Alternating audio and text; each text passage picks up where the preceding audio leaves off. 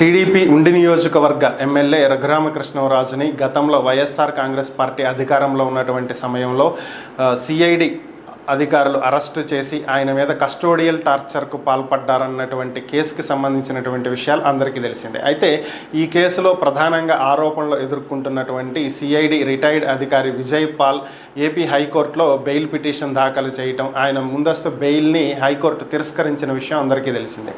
ఈ నేపథ్యంలోనే ఆయన సుప్రీంకోర్టుని ఆశ్రయించడం జరిగింది. ఈ కేసుకి సంబంధించినటువంటి వివరాలను పరిశీలించినటువంటి న్యాయస్థానం కీలకమైనటువంటి అంశాలను కొన్ని ప్రస్తావించడం జరిగింది.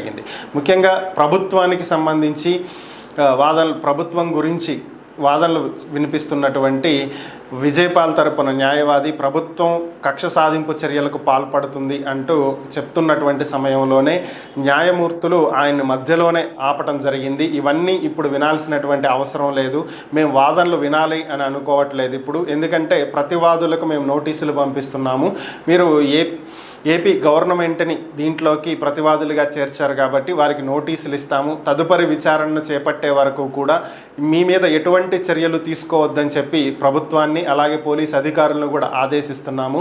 4 వారాలు గడువిస్తున్నాము ఏపీ ప్రభుత్వం రెస్పాండ్ అవ్వటానికి, అప్పటి వరకు మీ మీద ఎటువంటి చర్యలు తీసుకోరని చెప్పి ఆదేశాలు ఇచ్చింది. సో వచ్చే 4 వారాల వరకు కూడా విజయపాల్ మీద ఎటువంటి ఇన్వెస్టిగేషన్ కానీ అరెస్ట్ కానీ ఏవి చేయడానికి వీలు లేకుండా సుప్రీంకోర్టు ఆదేశాలు ఇవ్వటం జరిగింది.